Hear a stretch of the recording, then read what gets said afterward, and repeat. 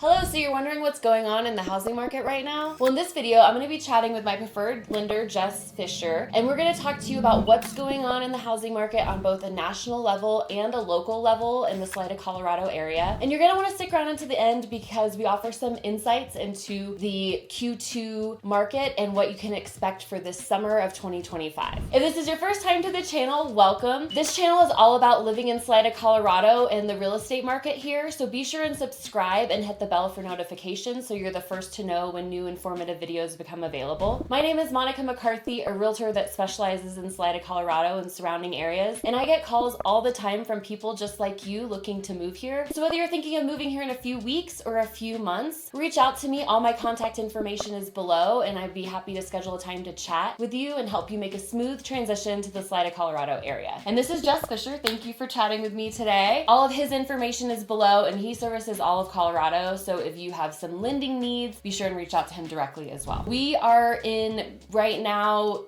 towards the end of April 2025. Our housing market and the economic market as a whole is changing. In flux. Yeah. In flux. Things are happening. Yeah, fill in your word. Give us a little bit of a snapshot from a home buying and selling perspective, what people can expect right now. Yeah, so I mean, some good news is inventory is increasing. That helps in particular if you're a buyer. More options, and in particular locally, we've been a little slim. We had been, and for Salida or Chaffee County, which is Salida and Buena Vista, our inventory is going up as well. So that's good news for us. It is good news. So the housing market, we're up at about, now at a national level, about 500,000 homes, which is pre-2008 crash levels. Oh, okay. So you could say we've kind of recovered from that. Yeah, November 2007 was the last time we were about at this inventory level. Wow. Okay. So that's good to see inventory coming up because that's been a struggle nationwide. Absolutely. Some regions of the country are seeing price decline because of the inventory. Yeah. What do you think about that here locally? What have you been saying? That's a good question. So, for us, plateau is a word I feel like I keep using, but it continues to be a good descriptor because we kind of go like this, like month to month. Our market is so small that it can change somewhat. We continue to hover in the 650, 700,000 median price point in Chaffee County. So it's not drastically going up and it's not drastically going down right now. Yeah, I would say, would you agree that generally speaking, Chaffee County kind of holds its price well? Absolutely. So from a home buying perspective, just to get right into it, if you can afford to buy now, it's a good time just because you're holding it. The demand here continues to remain steady, if not increasing. And so it's a good purchase to buy homes here. Even in the past, when we've had significant declines in the overall market nationwide, Salida, Chaffee County has held their prices up pretty well. Absolutely. So in some ways, it's a benefit because there's stability. And with inventory rising, what we're also seeing nationwide is rates decreasing. Okay. They're coming down. It's a small step down. We're not making big jumps down, but we have been seeing decreasing rates. Some of the more like VA, FHA type side, we can get them in the 5s now. Oh, that's great. So it is really good. And it's worth exploring. FHA, I think some people have a blocker on, but it's worth exploring that as an option. Oh, very much so. I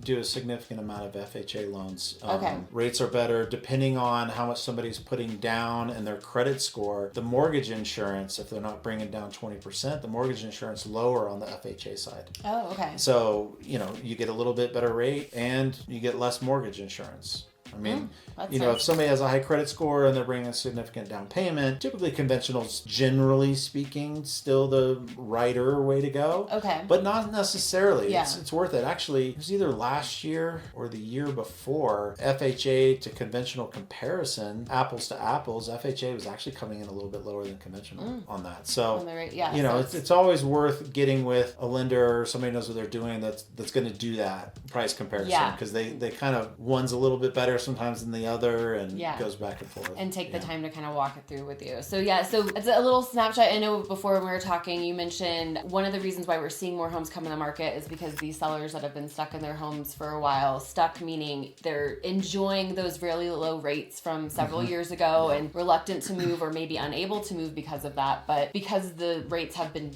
continuing to go down and more people are seeing that as that's kind of here to stay, people are starting to move. Yeah, I mean, the rates are coming out down in kind of a cautiously optimistic way. Okay. And I think some people have been in their homes because they've been enjoying the low rates, but over time, we tend to outgrow our home. Growing family or aging and need to move to maybe even downsize to a home, or kids are leaving. You know, those things happen. Totally. And it's when you have low rates, it's really nice to just kind of hold on to that and enjoy that. But yeah, options are starting to open up with an increase in inventory and a decreasing rates. Absolutely. And then we're also saying just the cost of building and then remodeling. So say you have a home that maybe you need to have a aging parent move in with you and you need to change some stuff, or you want to add another bedroom, whatever it is, you do the math, maybe that low rate isn't actually going to help enough to offset the cost of remodel, right? Yeah, I mean, if you got to take out a home equity line of credit or get a second mortgage, you know, those rates are higher than regular conventional rates. And so if you're just taking out a little bit, just have a little bit to do, then, you know, it may be worth the remodel. But if we're redoing bathrooms, kitchens, or adding on a mother-in-law's bedroom, bathroom, with rates coming down, some people are realizing that they can actually get the house that they want that fits their needs better than having to pay that additional cost for remodel. Yeah. Supplies as well, you know, are expensive. Remodel costs are not historically for smaller jobs. That was kind of the way to go. But you know, with the cost of materials and the rates on the second mortgage or the HELOC, it may not be worth it. It's worth looking at the potential of move. Yeah, you know, exploring both of those options, and again, speaking to a lender who can help you. Does it make sense to get that HELOC on your current house, or does it make sense to just sell it? And maybe you have a lot of equity. If you bought several years ago, you likely do, particularly if you're in this market. So it might be worth exploring. That's a great point. And that is another significant factor that we're seeing, is that people are seeing equity.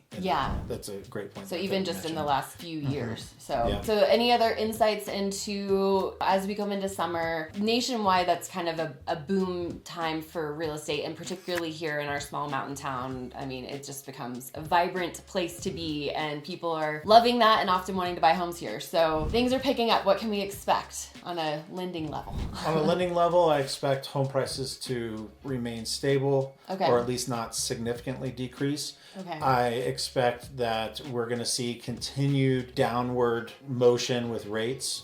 I don't foresee huge jumps in rates down, but I think it's going to continue to trend down. Within that, I would say that people should expect also some potential fluctuations or a little uncertainty in there, and that's why I say cautiously optimistic. Yeah, there's just a lot of variables going on. We won't get into it all right now, but things are changing. Even by the time you watch this video, it might be a little bit different in terms of what's going on a global or national level, and that many of those factors affect rates, or can. Yeah, it really can. And so ultimately, I mean, I think I say it a lot. If you're comfortable with the payment for a year or two, and you find the place that you really want, that, you know, the person really enjoys, then this might be the time. In particular, if we see more inventory with more buyers coming on. We're already starting to see a little bit with, you know, some escalation clauses.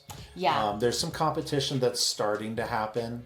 It's not as widespread as years ago when we were seeing a lot of competition, but it is happening, and it's happening at certain kind of price points, kind of the more desirable price points is where we're starting to see that. Yeah, so kind of in our market, like I said, our median price point is $650 to $700, and so if a nice house in a nice area comes up in that price point, those tend to be the ones to go a little faster, or even a little below that. If you can get a nice home for a little bit less than that, you're likely not the only one who's interested in it. You want to be set up for success. So we'll say it again, we always say this, but, you know, talk to a lender, get that pre-approval letter early. It's going to be beneficial for you if you're at all interested in buying a home anytime soon. Get that squared away right away, and speak to somebody, a realtor in the area, that can start helping you look, and particularly, you know, be ahead of the game if it is a desirable home, because you want to get in there quickly, and you want to know, you know, if you have negotiation power, or maybe you don't have as much, but you still want to get that house. Yeah, if you're thinking about moving, it's never too early to get your ducks in a row. I mean, that's ultimately it. So you can move faster. If you can move faster than the other people that are interested in the house, it kind of gives you that first mover advantage. Yeah, so we're seeing, you know, things are picking up here overall in the summer. Rates will likely be going down, but not as drastically as we would like, I think, but we'll see. And you always help people walk through like when the best time is to lock the loan and all of that. So,